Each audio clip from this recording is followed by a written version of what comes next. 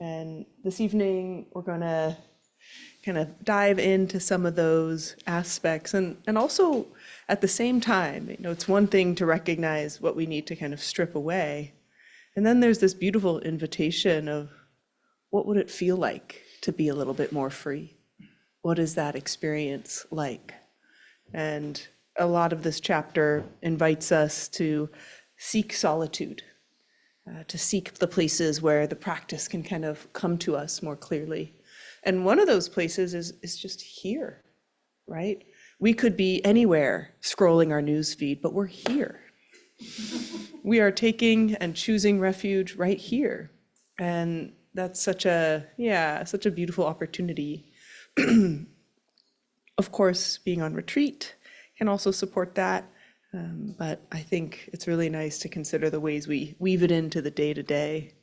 And I feel fortunate coming from teaching a retreat last week that I kind of have the momentum of it in me, that kind of hum, that connection of goodness that we can feel. And, it's like, the train is on the tracks, and the tracks are, right into my own heart's experience and right into the goodness that's here. So my aspiration is to share that with you all in our practice and our discussion. I think I recognize most faces. If I don't know you, I'm Eve. I am fortunate to be a teacher here on the Wednesday Night Well of Being, and this is the San Francisco Dharma Collective. This is an entirely volunteer-run space and a beautiful community. And our intention and aspiration here is not only to practice together, but to reflect together and discuss together, to do as the Buddha asked us with these teachings, try it on, to kind of bend it in our hands, to warm it, to chew it. Is it real? So we will do some settling practice together, and then we will reflect and connect on these teachings. One of the main suggestions for how we go about this heartbreak with samsara, how we see clearly what doesn't serve us, and then engage in a wholesome way with the disillusionment of the things that don't serve us, is to do the simple practices of stabilizing our attention. Simple, not easy. And tonight I'm going to invite us through what can sometimes feel like a little bit of strong medicine. These are the Four Remembrances. Some of you are familiar with these. And these Four Remembrances are inquiry practices we can use every day. Welcome. 2 Dharma dogs in the house. Good night. It's nice to have dog buddies here on the path with us. The way that this helps us get into practice is it kind of cuts through the normal habitual ways of thinking and orienting. So here we are coming in for the rest of our life to be in this inner refuge of practice, but all that momentum that was going on for the rest of from the day, other than right now, for most of us, was not about inner refuge and peace. There was doing, there was achieving, there was avoiding, and these Four Remembrances, they kind of, it's like getting a little bit of like a slap in the face, or that moment where we kind of snap out of the dream. Yeah, there's different traditions that have different, so I'm sharing the 4. Yes, thanks, Noemi. No, it's okay. And so when we go through these remembrances, what we're hoping to do is not focus on what's hard, because they do remind us that there is just this one precious human life. And it is, like a lightning bolt, it's sometimes described.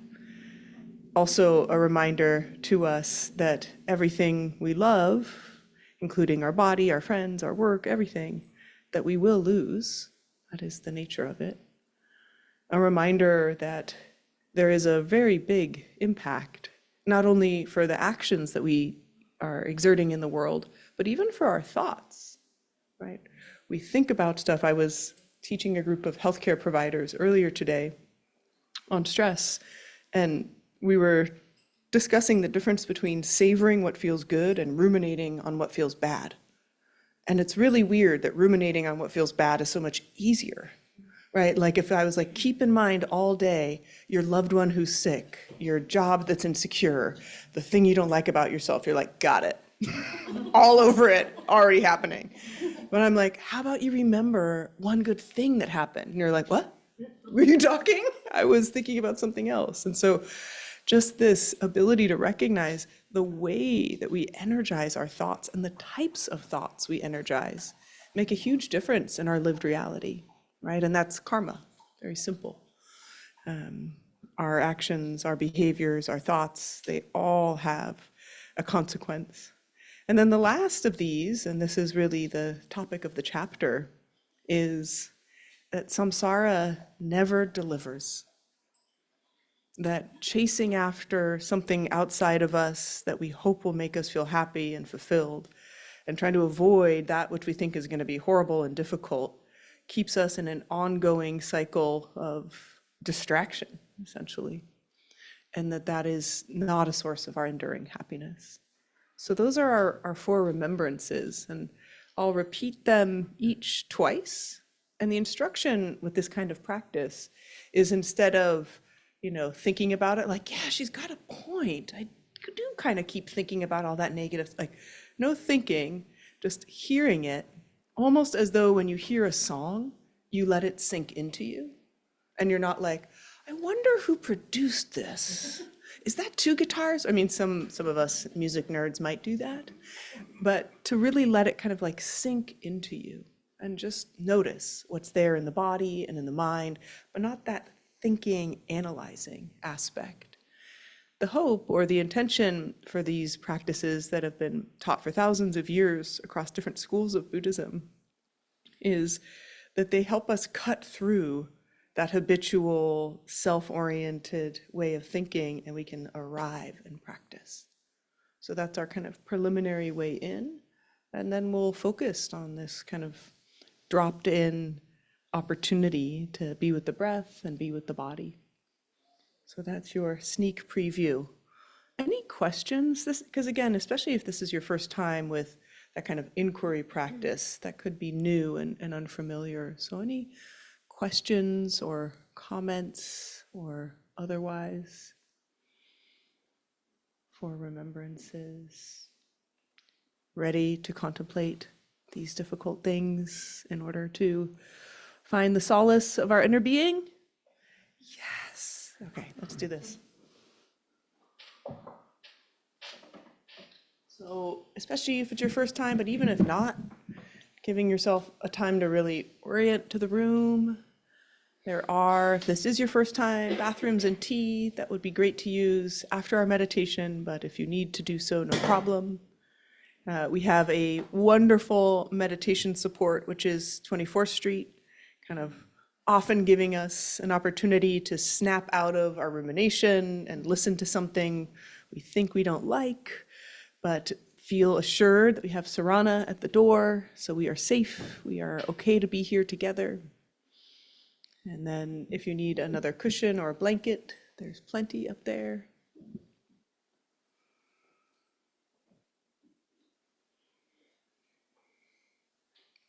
And taking a moment to find the posture that feels supportive.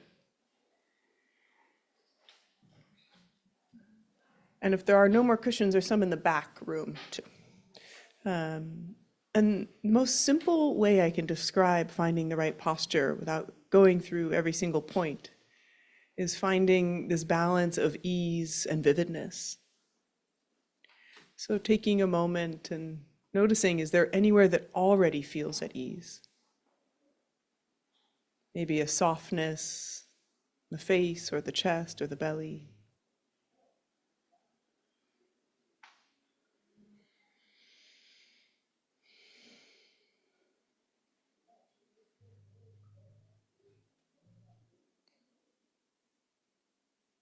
And then can we find this simultaneous sense of brightness, uprightness?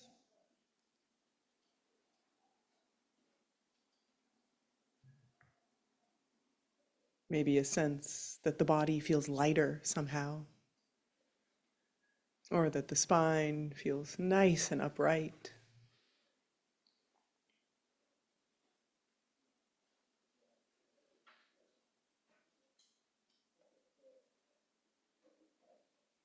And as Dan so beautifully said last week, when you hear the bell, simply hear the bell as we begin.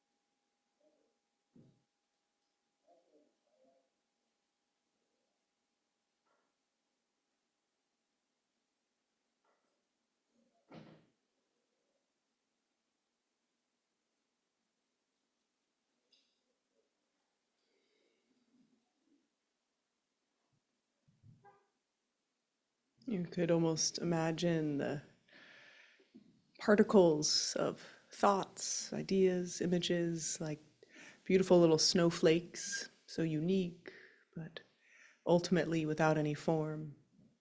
Imagining them gently drifting down,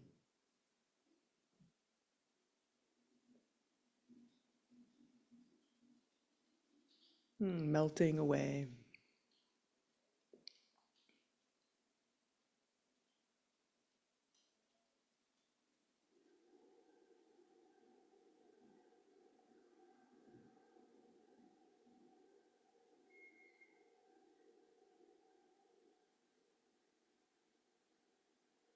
Allowing the body to settle into a natural state of stillness, like the mountain.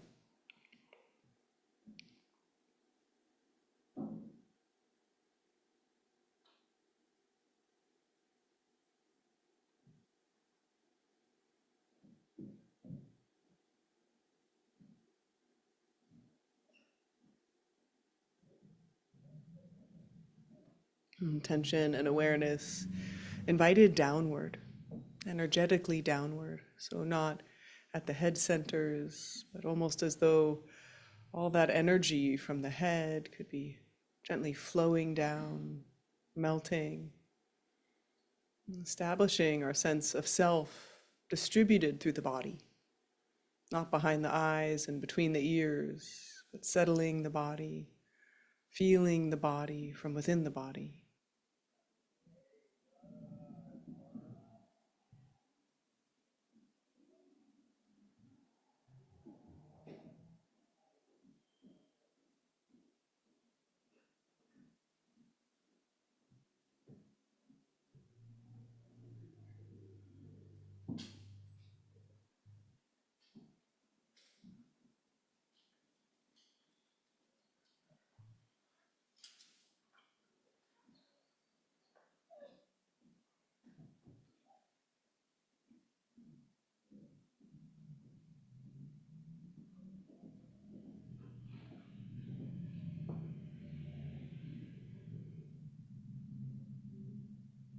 Not making it a problem when we get distracted or pulled away by a sound or thought or sensation. Graciously releasing, returning. And a couple moments more here, settling the body in this natural state of stillness.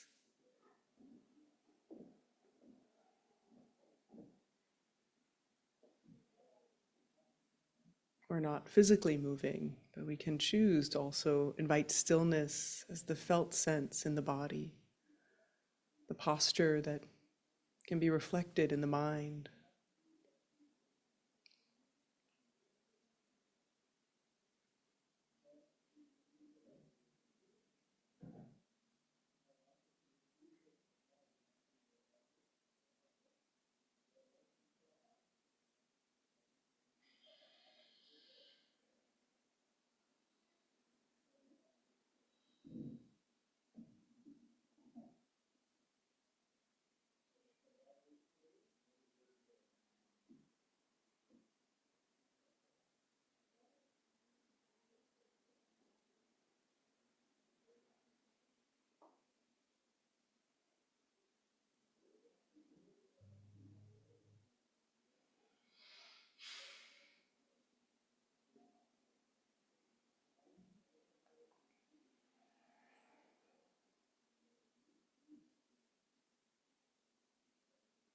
What can help us in this practice is finding the brightness of our attention and awareness.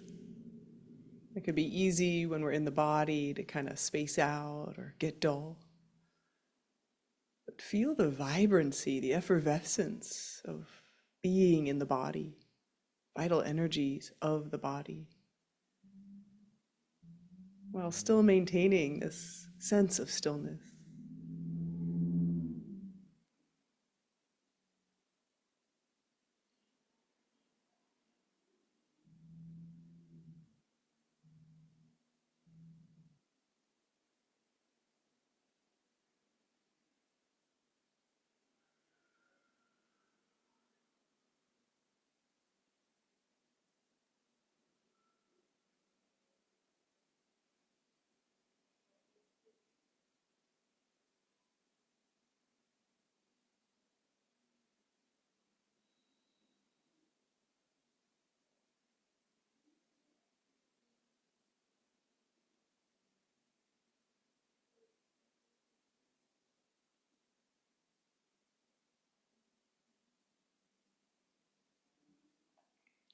And to help us settle the inner speech, that ongoing narrative and dialogue, let's focus on the breath and settle the speech into its natural state of silence. And so breathing in and sensing the breath as it enters, and breathing out, continuing to sense or feel the breath.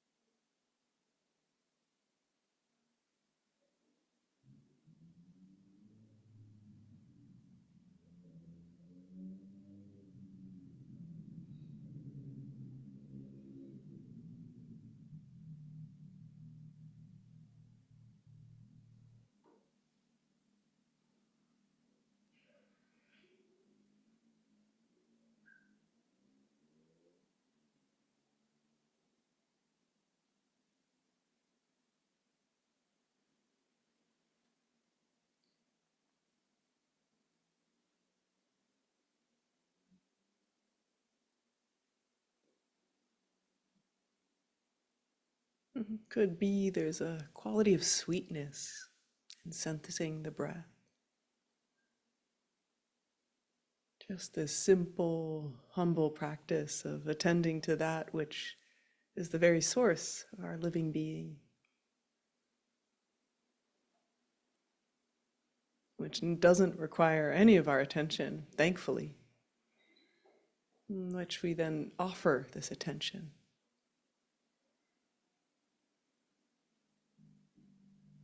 And so can that feel a bit sweet, an accompaniment of the breath with our attention?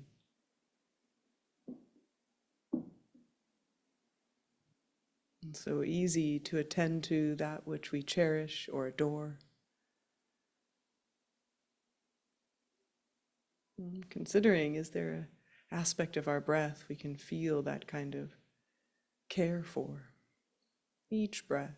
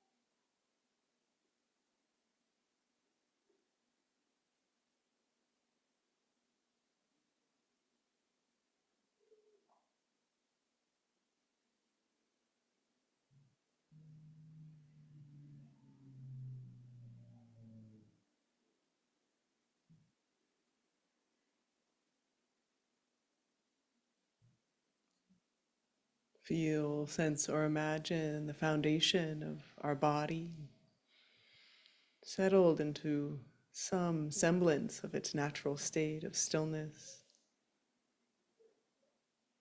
This focus or devotion to our breath, helping settle the inner speech, natural state of silence.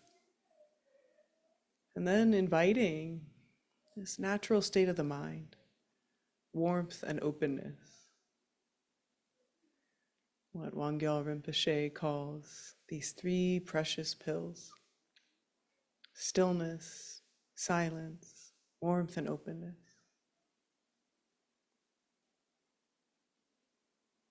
And so instead of having this focus specifically to the breath, we allow the mind to lay back, as it were, taking in the vastness of our awareness.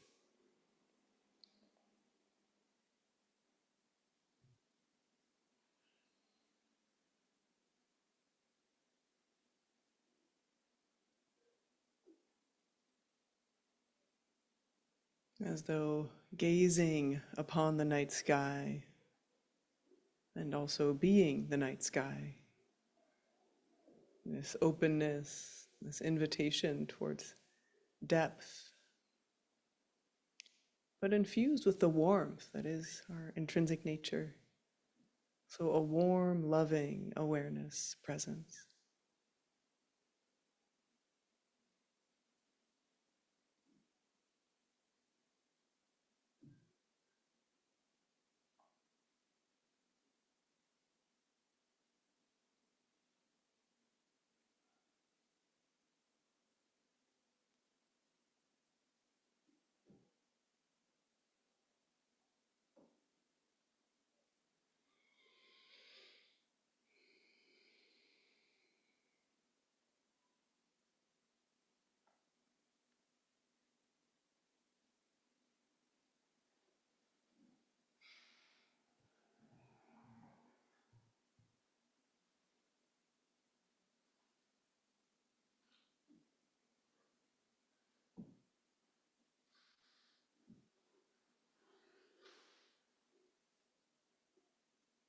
Every single breath we can start again. Nothing is lost. Just reconstitute, regather attention and awareness, settling the body, the speech and mind in their natural states.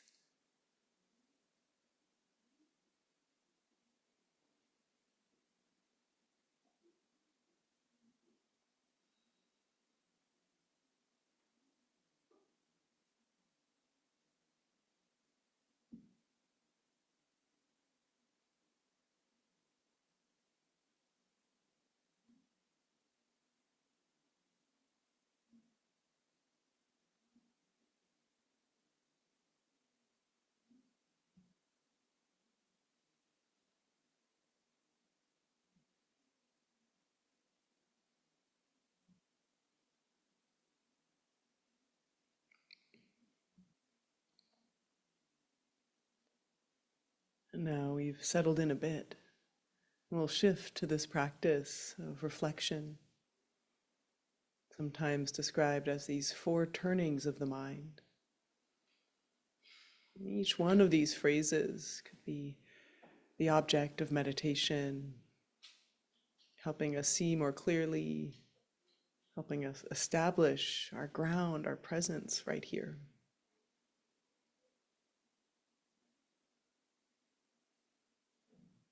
We'll say the phrase and simply notice what arises in the body, heart, and mind.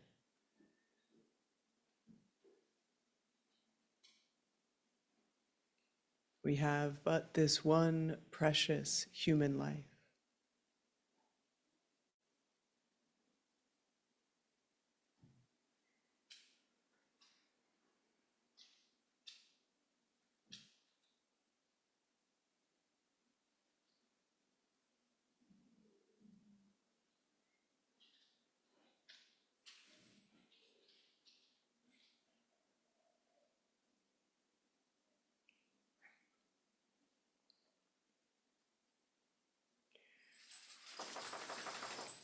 We have but this one precious human life.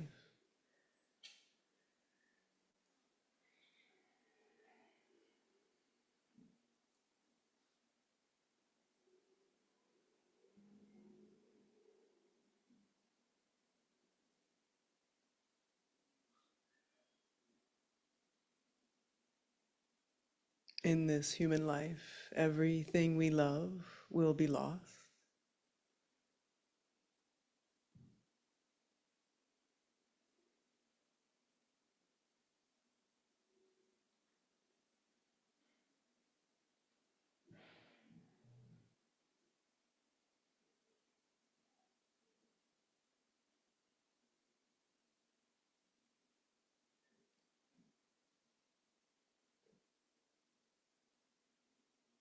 In this one precious human life, everything we love will be lost. And on the way, everything will keep changing.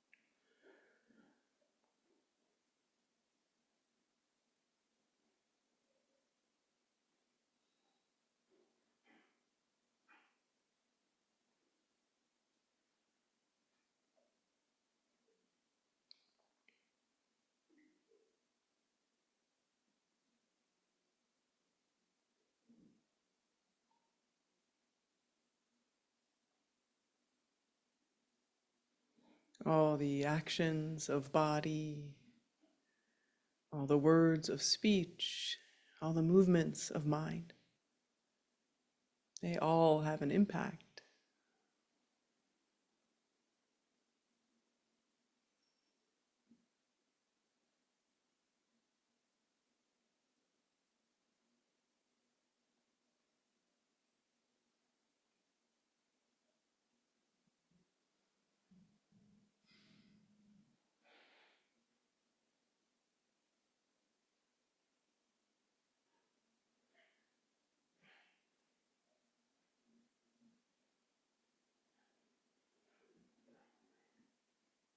All actions of body, all words of speech, all inclinations and movement of mind have an impact and momentum, moving us more towards or farther away from our true nature.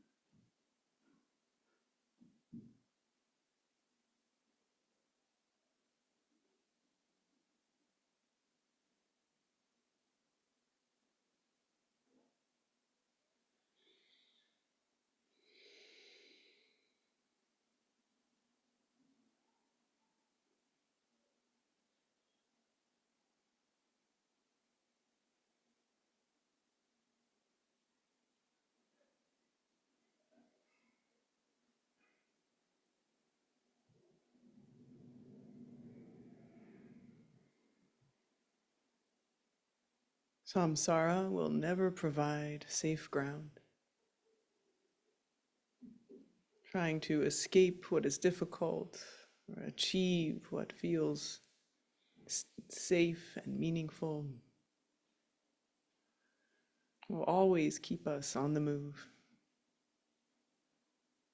The only true refuge is within.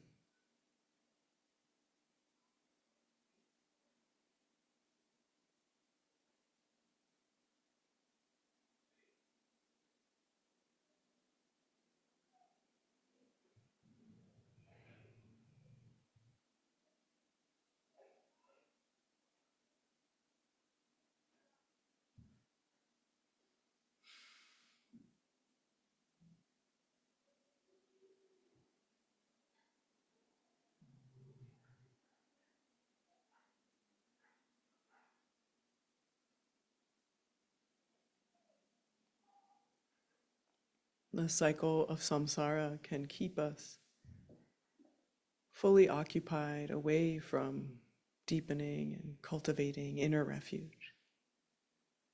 As the poet Jennifer Wellwood describes, stop making deals for a safe passage. There isn't one anyway, and the cost is too high. Seeing this truth of samsara,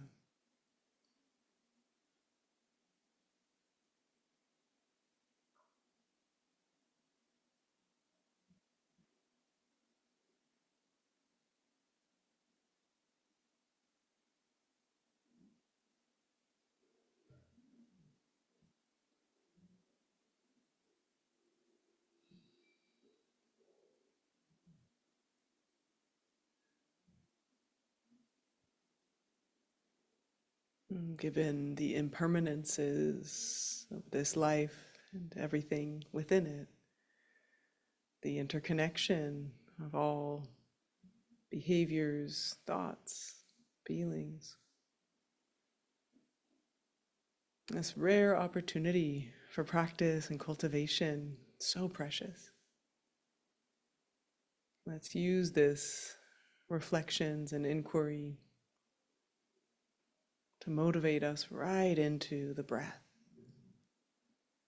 This fine-grained attention to the breath, so unusual. By sustaining, cultivating the deepening attention to the breath, we're refining our attention and awareness with all behaviors and activities of the mind and body. Feeling the importance of this practice, let's slip in once again to falling into reverence with the breath. Breathing in, feeling, sensing, and knowing the breath. Breathing out, giving ourselves fully to feel, sense, and know the breath.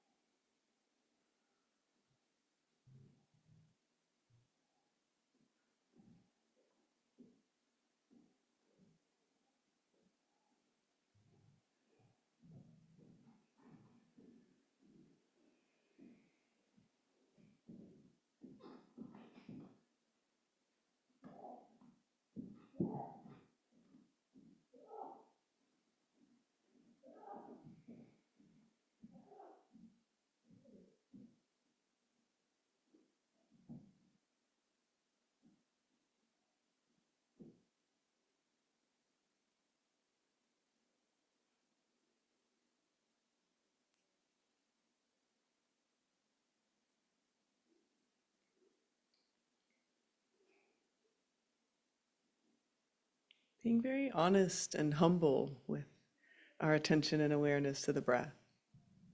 Really seeing clearly when we've drifted away. Maybe some part of our attention and awareness with the breath, but another in fantasy or distraction. And just taking a moment to fully recommit, re-entering this practice of stabilizing body, heart, and mind by breathing in and fully sensing and knowing, feeling the breath, breathing out, that invitation to fully enter the experience of breathing out.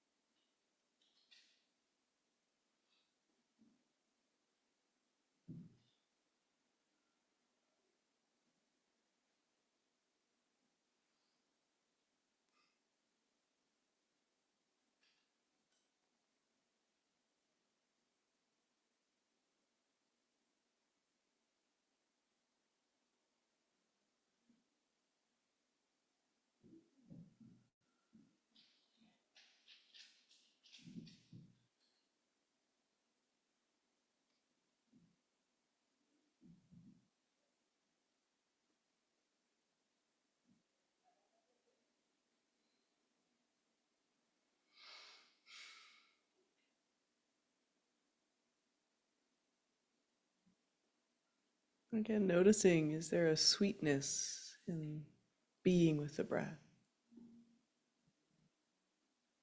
This gentle intimacy with this life-giving aspect of our every single moment that we so often, almost always, forget.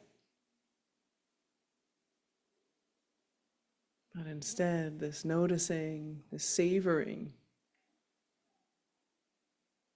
becomes a tool, sharpening our attention and awareness, recognizing when we slip away, relaxing, releasing, and then returning again and again and again.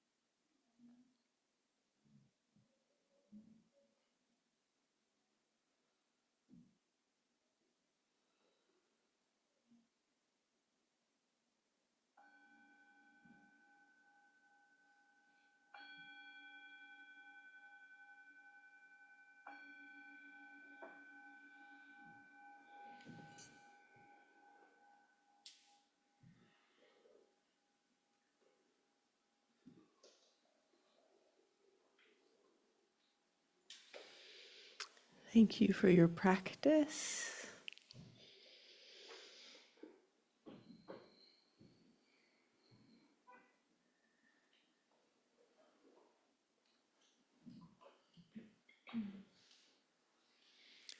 So this is an opportunity for us to reflect on our practice, and then we'll get into the text a bit more. So if you have questions or reflections on that practice, I think it's interesting to start with the breath, settling in, go through these turnings of the mind, these remembrances, and then come back to the breath.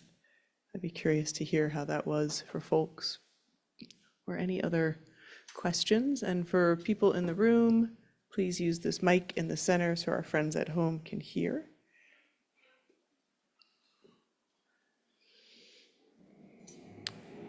Before we begin, because we are this beautiful, unusual, never will be the same constellation of beings tonight, we always have an opportunity to co-create community together. And the Dharma, as they say, good in the beginning, good in the middle, good in the end. And part of the Dharma is applying the ethics of non-harming to everything, body, speech, and mind. So, in alignment with that third remembrance, can we, with one another, really enact through body, speech, and mind a kindness and a gentleness with each other, and how we're listening and how we're speaking. How does that sound, everybody here? Good? All right. Oh, cool. Ron, you have fireworks going on behind you. That's amazing. That was a cool trick. I wish I could do that. Actually, I don't. I don't want any extra effects. That would overstimulate. That's not the purpose. It's so nice to just drop in and not be with the outer stimuli of the world. Yeah, any reflections or thoughts or questions on that practice? Yeah, Jimmy.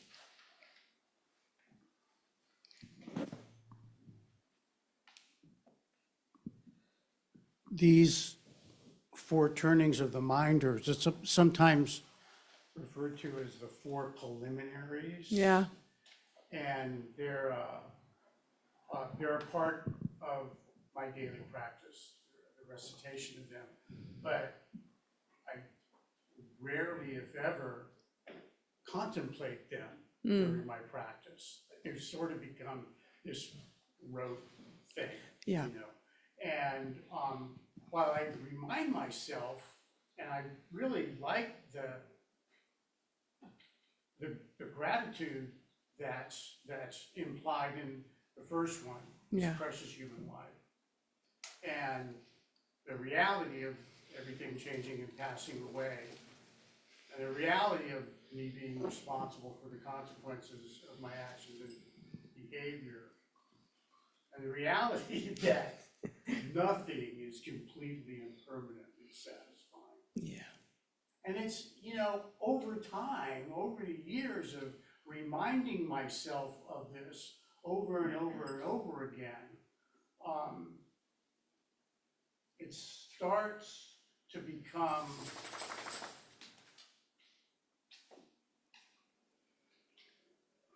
it starts to become sort of almost this unconscious kind of awareness in my day-to-day life. But it was really nice in this practice this evening to contemplate them for a longer period of time and spend some time in concentration with them. Today I had a dental procedure. I'm sorry. And it wasn't super traumatic, but it wasn't real comfortable either. And I just kept on refocusing on the breath because I didn't want to focus on what was happening. You know, there was nothing really to be gained in over-identifying with what was being done to me. And there was a lot to be gained to have that challenge of focusing on the breath and knowing that it wasn't going to last forever. Yeah. You know, and it was going to pass. So that was a big part of my practice today too. But this was very nice to contemplate these things for a little bit longer and just blah blah blah blah blah. Yeah. Thanks for sharing the dedication of your practice, Jimmy. It's very moving, you know, to hear really working with it. And yeah, it becomes rote, but actually it's still sticking in there.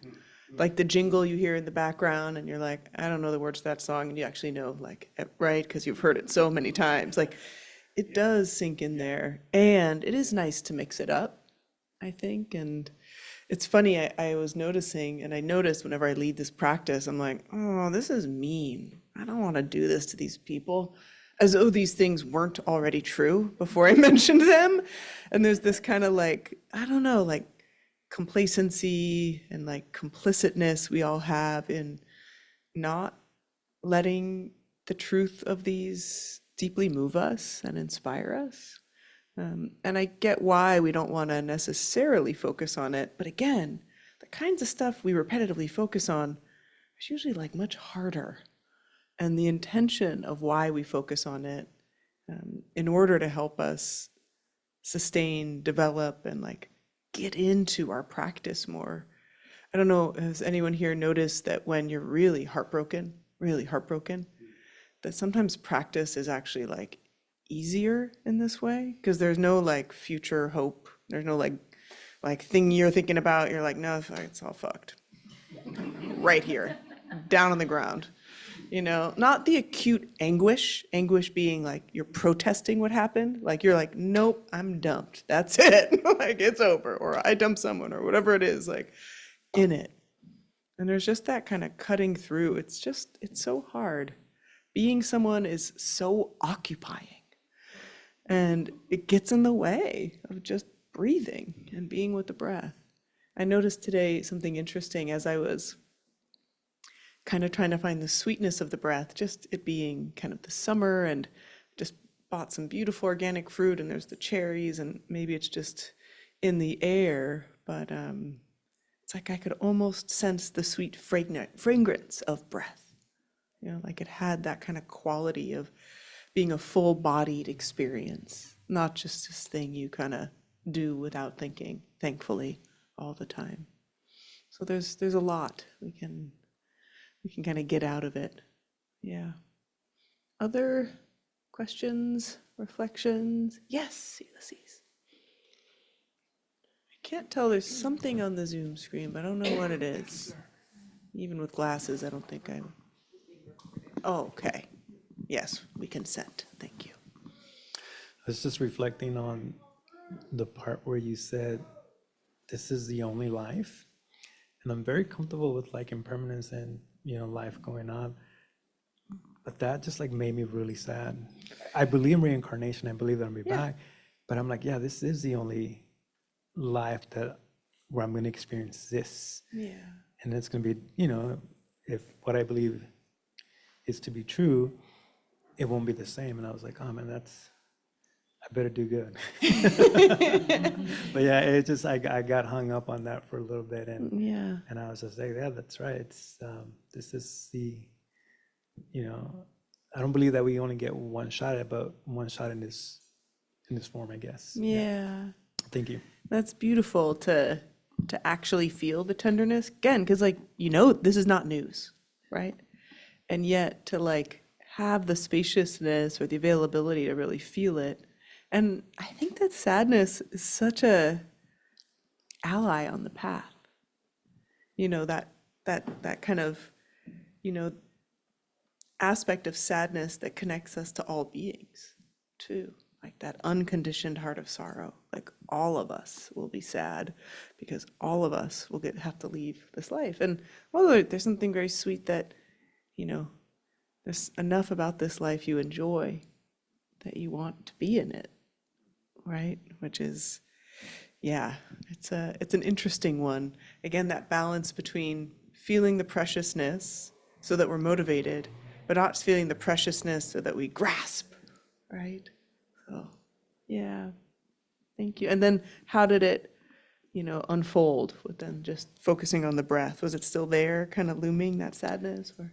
No, it was there for a while, but then it was like, well, you know, the countless lives that come after this. Yeah. They can be even better, you know. It's just like, they could be worse, but I was trying to focus on the better, you know. Aww, But like it's just like, but they're all, but yeah, there's a bit of a sad, it's both. It's, you know, a sadness that you only get to do this one this way. Maybe I could be wrong, I don't know. Yeah.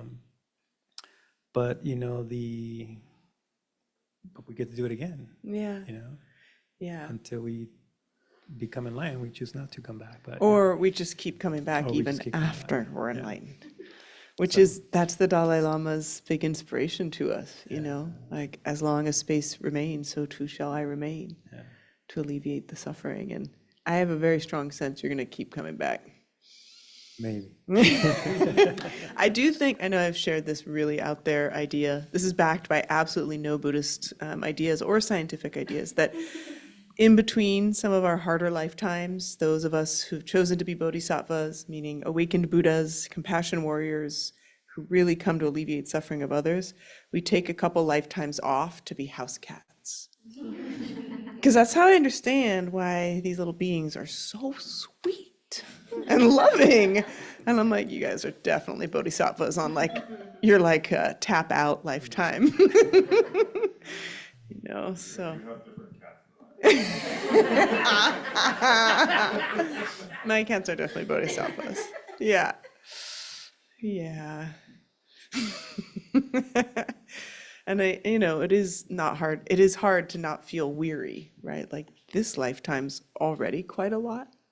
The things that are asked of us and what we do and move through, and then it's like, again. So I understand that It's a feeling. lot, but it's very short. And It's, that's the other thing that's kind of like pressing. yeah, yeah, yeah. So, Yeah, there's, I think one of the analogies is like, it's truly like a lightning strike, like just a flash. That's the human life. And it's so humbling to see big trees. When I was on retreat last week, I got to see this very old, very large tree. And just the idea of, we are just tiny little moment compared to that. So beautiful. Any other reflection? Yes, please. Is there one online? Okay, then we'll go, oh yeah, to Ron. Yeah. I had actually the opposite experience. It was on the remembrance around losing people and things you love. And I've been feeling a lot, like a very heavy weight of like loss and grief lately. And it was interesting because hearing that and like being in that space that you set us up for, it was almost like, right, this is part of life. Yeah. And it was actually like very comforting and grounding. And, and it's, all of us go through it. We just go through it in different ways and at different times. And, there's no escaping it. So yeah, it was really nice. Beautiful. So I actually felt uplifted. And I really appreciated. Yeah. And that's so beautiful to hear. And like you haven't been avoiding your grief, right? So I think it's not, there could be a floodgate open sense, but you've been really present with it, so that to be able to recognize that common humanity can absolutely feel like a lift. And I think for some of us, I'll speak for myself, when I hear that one, I also remember, oh, it's not like I've been doing something wrong, even though that might just be like a background implicit belief, like, I'm losing things because I somehow did it wrong, or I didn't get these things because I somehow did it wrong. And you're like, oh yeah, this is just that fundamental. There's a relief. Yeah. Thank you. Ron, Hi. show us the fireworks again if you can. I don't know how that happened. I turned off reactions because it's actually, Okay. it's I just put my thumbs up and boom, I just wanted to say yes. I didn't want to make such a scene. Thank you for the Four Remembrances. Mhm. I want to remember these. Remember, can you actually remind me the third one? It's the law of karma. Yeah, yeah.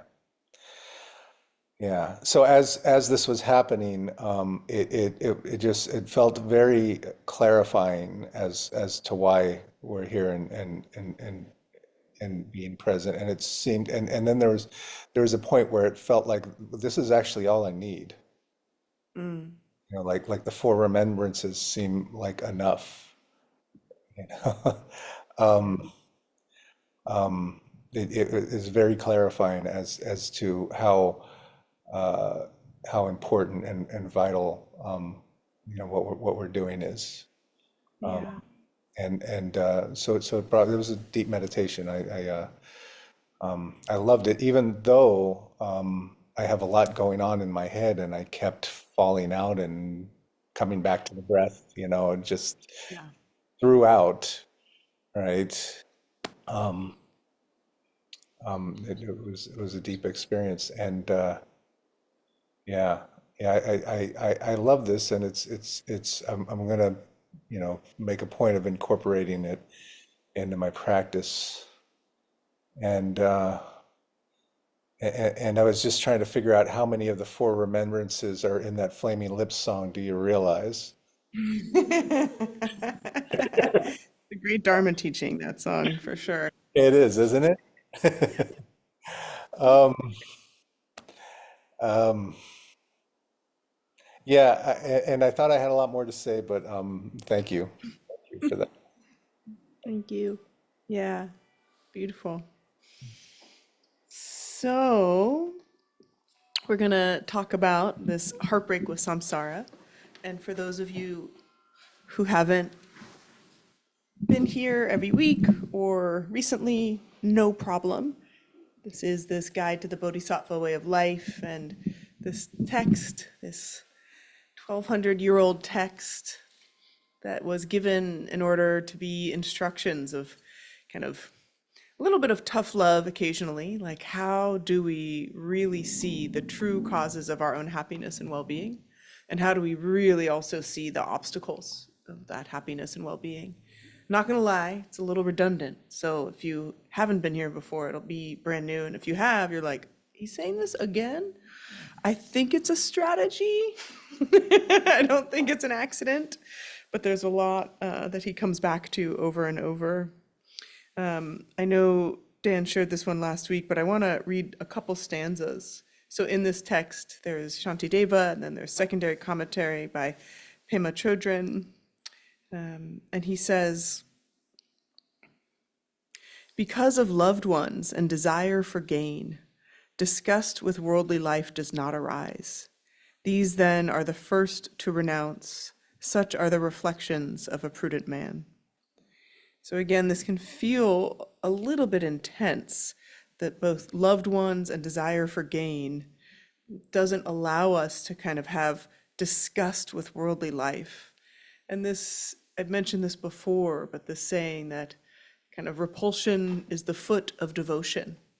This idea that in order for us to really devote and surrender ourselves to our path and our practice, we have to kind of get very clear on why the ways that we habitually act are actually harmful to us and others, right? So the repulsion isn't, I hate myself or I'm bad. It's these ways I'm acting are just delusional.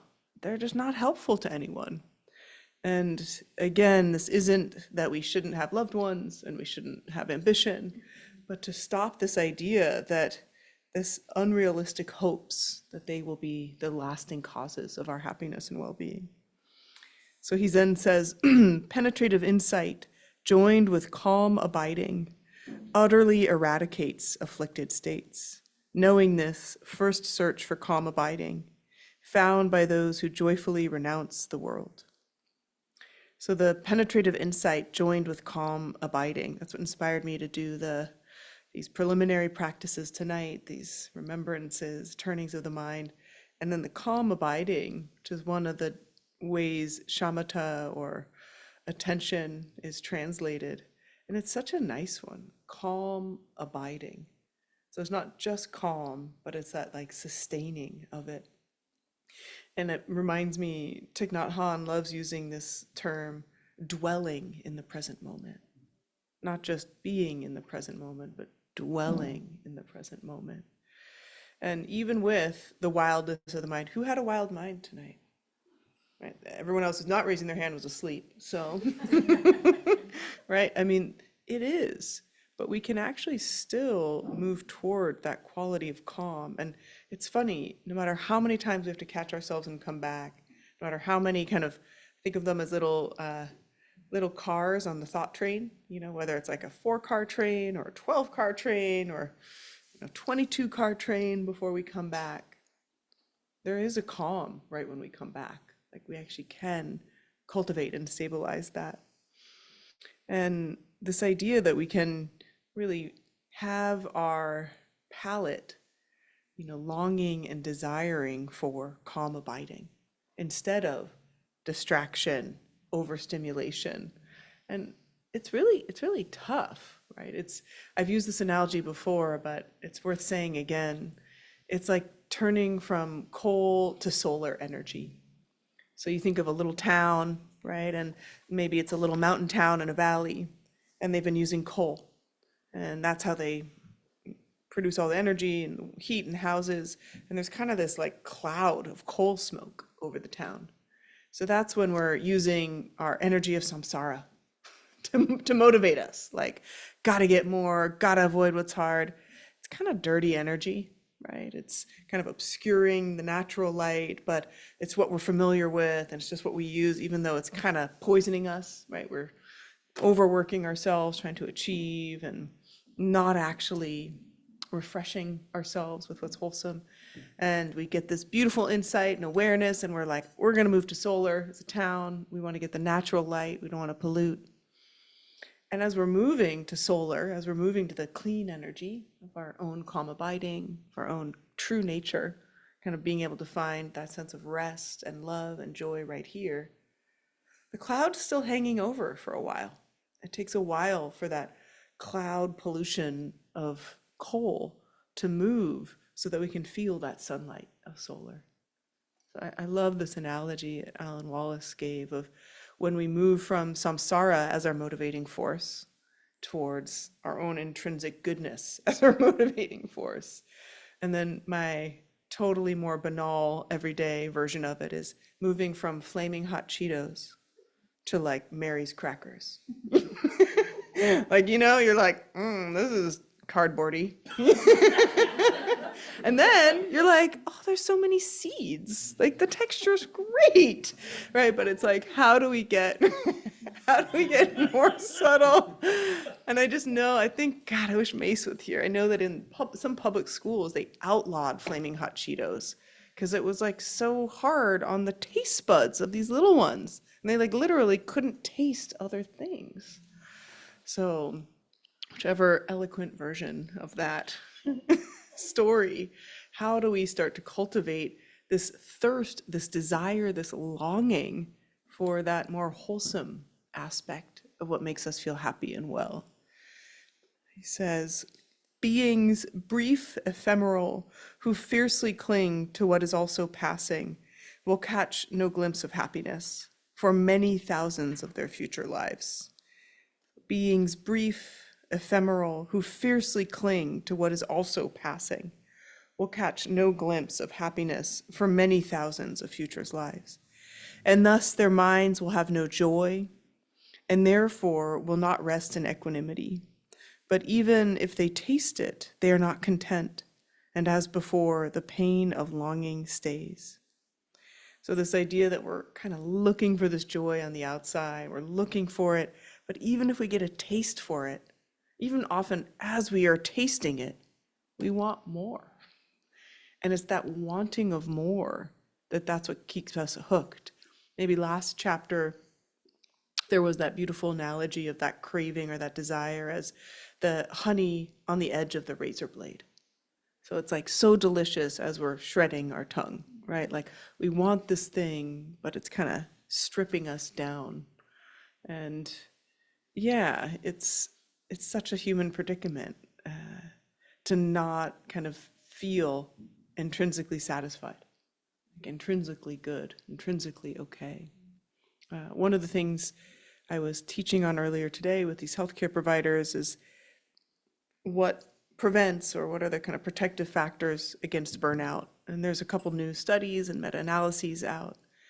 And what's interesting is how inconclusive they are, of course. But that one thing that kind of rose above the rest was job satisfaction and feeling of fulfillment in work. And this idea of what can actually be satisfying and meaningful. And often it's not the work that's providing it to us. It's how we're able to engage with whatever those conditions or circumstances are. Like, yes, does the healthcare system, like the educational system and the legal system, need to be completely fundamentally like reshuffled, refunded, changed around to be places of healing, learning, and justice? Yes. Is that happening anytime soon? No. It might be farther than ever. And yet there's still a way for us to feel satisfaction and meaning, right? Whatever our workplace is or whatever our way of being in the world is. So this like, how do we turn towards that true enduring sense, and it's really interesting, being able to kind of see clearly how we get in the way of feeling the love and compassion that we already are. And I have this example. It's interesting. I was flying back yesterday, and the being on retreat was very heart opening, and I was just kind of feeling the state of expansion, especially being in the natural world is so much easier. Like you see a butterfly or you see a beautiful plant, and it's like the love is right there. And I'm like, I'm an abundant love being. And then I get to the airport. And I got there like 3 hours early, which I never do, and I'm totally gonna do. It was so great, like to have that much time. So I wasn't stressed. I wasn't like trying to book it across the airport to get anywhere. But still, I noticed, I mean, it's the best people watching the airports because there's like little groups and tribes and like all these different continents and configurations of people and situations going on. And it's so humbling to see the mind's kind of natural contraction and then how much the love wants to be there. So I'd be checking out different groups, and I realized that my first inclination often was comparison, either higher or lower, right? Looking at this person and, thinking about like, are they better than me? Are they worse than me? And as a woman, maybe some can identify, often we are so judged by our appearance that we internalize it. So often we're judging, are they prettier than me? Am I prettier than them? I mean, what a ripoff. Like, who the fuck cares? Like, no, they don't care. No one cares. And then, and luckily, because of way too much training and time doing this, the next beat is like, find the beauty that's already there. And then the feeling of love. But it is really humbling and sobering when you see just that momentum of the mind. And then to believe that that's not my true momentum. That's this coal-powered, flaming Cheeto bullshit that was created on top of, right, this natural love. So I noticed myself doing that. So then I was like, okay, let's reorganize and then see everyone through love. And then my mind's like, yeah, but you don't want to sit next to that person, right? Like maybe like when like in choosing somewhere to sit in the airport, right?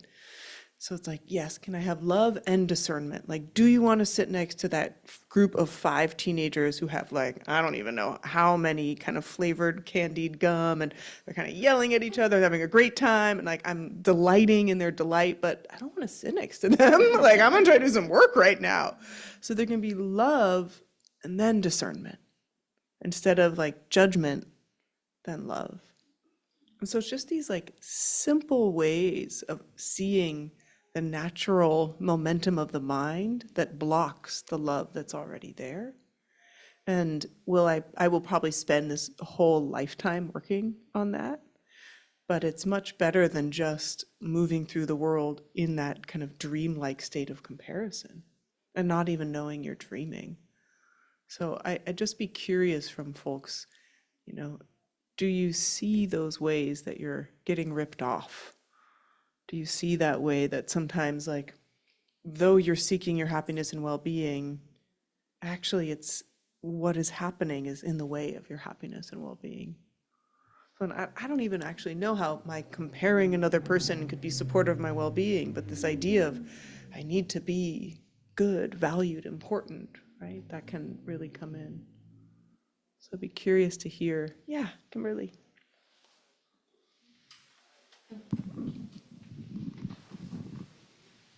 I have a little story. Great. I went to this festival and I met this woman and we kept running into each other. And we decided we weren't taking each other's information, we're going to find each other. So I went to festival this weekend and I'm putting together all my stuff. I'm taking out my tent and someone comes and parks right next to me and I'm like, they're parked too close to me. I'm like, ugh. And they didn't say hello. Ugh. And so the next morning, I've got an attitude towards this person. Well, I don't know. So the next morning, I hear this person calls out my name, and it's her. And I was like, oh. So now it seemed like a message of what I'm looking for is right there, and I refuse to see it. Yeah, right. And it's not like we don't want our car to get bashed up, but it's like, it's usually like it's so Just a teeny bit too close. right. And a lot of what we hit up against is just, our desire to make a deal for a safe passage, which the way I understand that line in the poem is we want to control things, but trying to control them, actually, the cost is too high.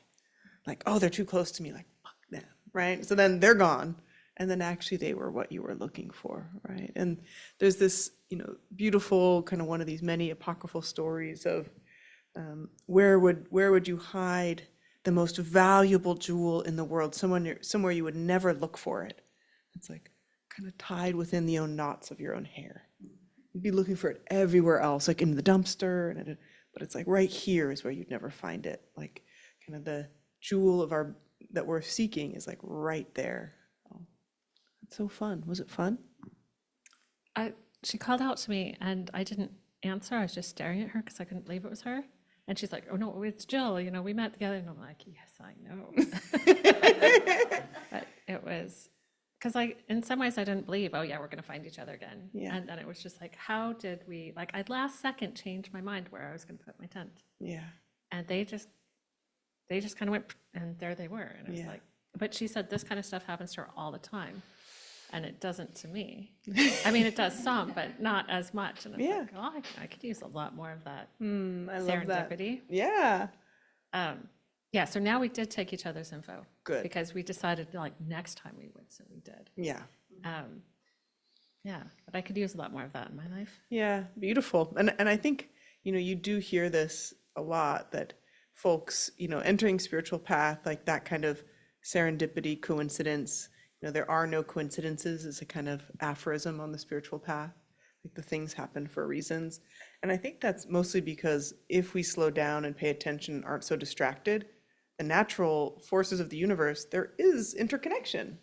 And so it becomes more clear. You're like, I just saw a 7 right there, and there's another 7. And, like that kind of, actual recognition of the harmony, which I'm sure can be explained in physics by someone who knows physics well, right? It's all actually truly interconnected. Yes, I see a hand online. Hi there, nice to see you. Hello. Yes, thank you. Nice to see you too. I have a big ripoff, and it's one that keeps wanting to come up, and I'm ashamed of it, really. And it's this thought that arises sometimes about when someone else has some kind of misfortune, how this might somehow serve to benefit me. And it's this, now I'm in a place where when it comes up, I'm just like, like yuck. Sometimes I just say out loud, gross, don't do that. It doesn't serve you. It, thank you. No, thank you. And yeah, so I have to keep working with that one.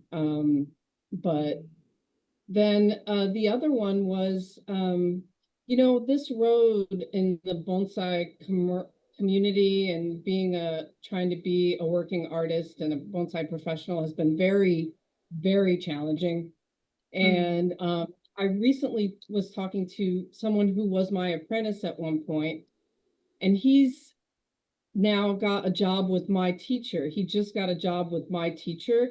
And there was this moment where I was like, oh, I got passed over for something that was supposed to be mine. And, then I was just, of course, I harvested some fruits and I said, no, what are you doing? His path is not your path. Your path is your path. Your path is your opportunity, to do good and serve and, walk the path, your path. And then I just shifted right into mudita and I responded to him and said, I'm so happy for you. It's an amazing opportunity and he's an amazing person. So that's, those were the two. Thanks for letting us hold both of those, the ongoing challenge and the rejoicing, because it is ongoing work. And as has been described in this book before, as you probably remember, this healthy confession of our neurotic thought crimes. It's Indeed. important, right? Because otherwise it is kind of that like shamey feel, like that one, Mm. especially, my experience with this thing of like appearances and women and, other women, like that is going to be forever ongoing work, right? And even knowing like, oh yeah, well, my mom said this or didn't say this, or society said, like the awareness isn't enough to penetrate the momentum. And then if you don't have humor, like I love the like gross. I love that because that's the repulsion, right? That's like, fuck that shit. No, like I'm done. And then you're still not done because it comes up again. So then like gross, it Yeah, just, I think that one comes out of the scarcity mindset. yeah, Not there's not, going to be enough for me or whatever it might be. So my practice around it is just always trying to return to gratitude for what I do have, living yeah, from this, place of abundance, and that is very grounding and seems to work. So yeah. it's on, You know, yeah. and the truth is like, those four turnings of the mind, like it's, yes, we can have the optimism and joy, and we recognize like there are true risks and harms in this world. So again, like that balance through it. And no matter how much I move through, overcoming this comparison with women, women are totally judged by their appearance, right? And there's a lot of real consequences and risks. So it's like we are doing the work and recognizing the larger container that also needs to be shifted and changed. Yeah. Mhm. Thank you Thank so you. much. Yes, please. The mic is over there. And would you share your name also?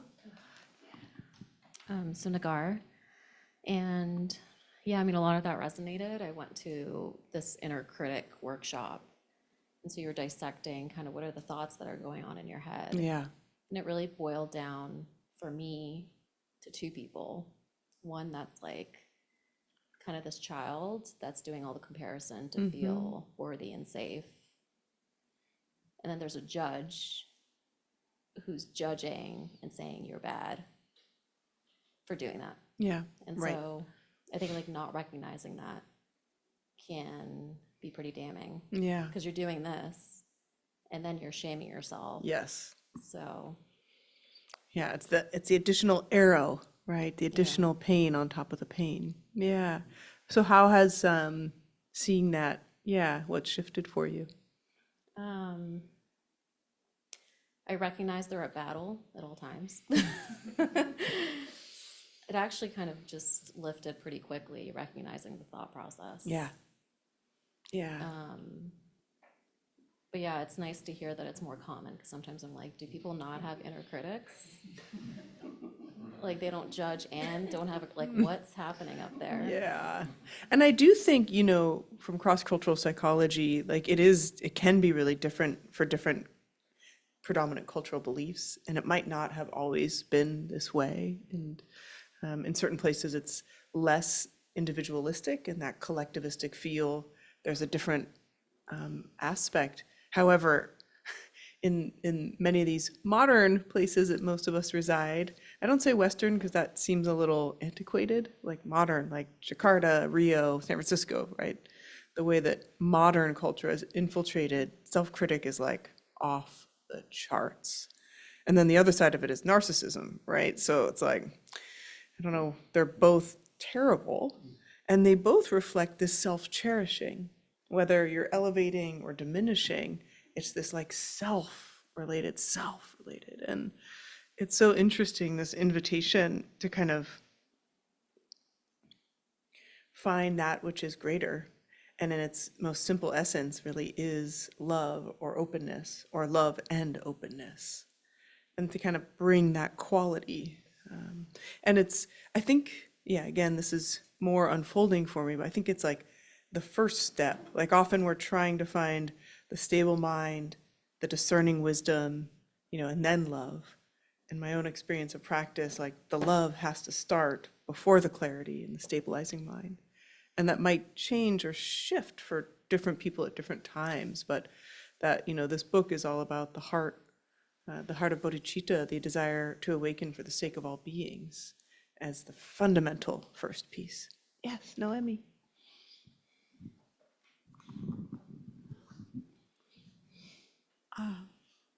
Thank you.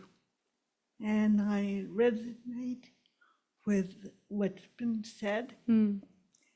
And what comes up with me in these remembrance is the feeling of being cheated. And we all have layers of dukkha. And something that I've noticed in my Dharma circles, it's something that doesn't get addressed in my own personal need and a need of others that live in a very marginal community, and that people with disabilities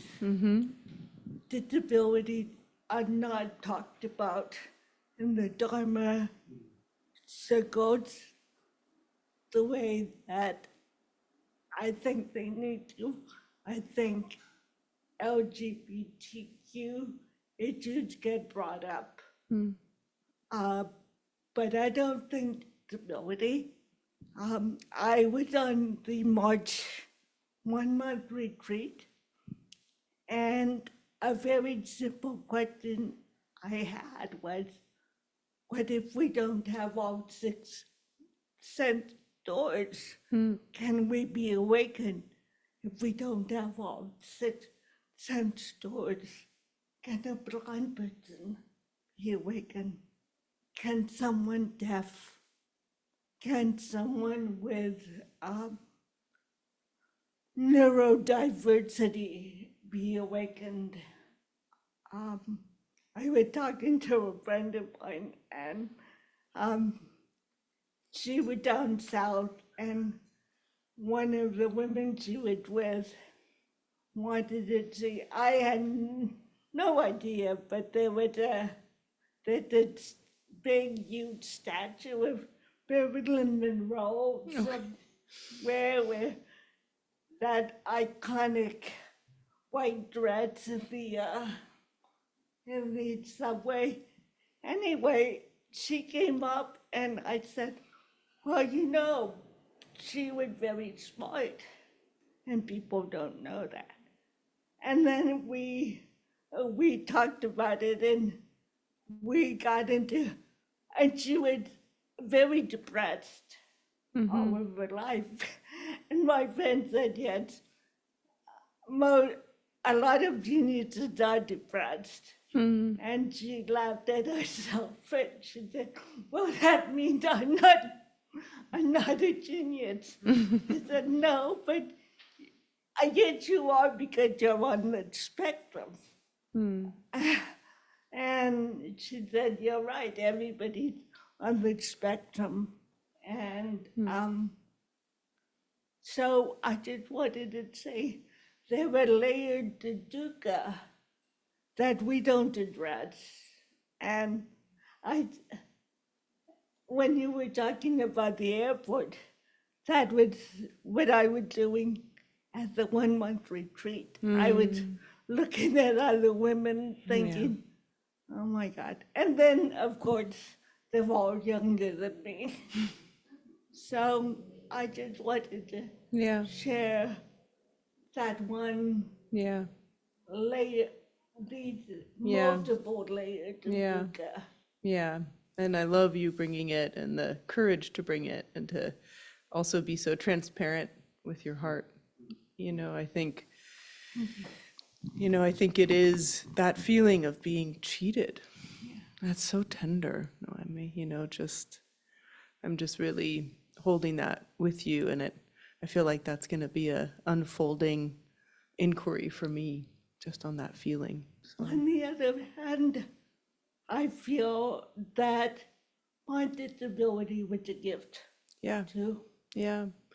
Yeah, it can be both, right? You know, the last time I was here, we were celebrating His Holiness the Dalai Lama's life, and he often says being exiled and his people being, you know, horribly persecuted was a gift, right? So, but we have to hold it both. We can't just the bypass. So, yeah, thanks for sharing the truth and bringing it here with us too, because I think feeling into the lived experiences that aren't ours enriches our Dharma so much and our ability to have compassion.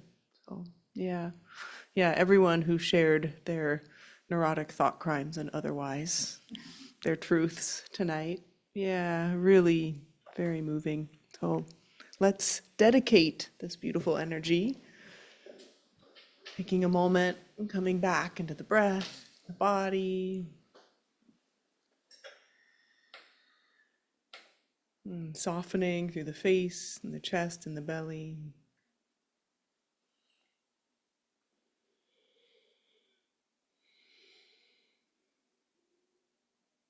Mm. Engaging in this beautiful aspiration of bodhicitta. By imagining offering the energy of our hearts tonight in this outrageous wish that all beings everywhere could experience ease and peace. And all beings everywhere could know their true nature as love. That all beings everywhere could feel safe and protected from inner and outer harms. That all beings everywhere of all time could be free.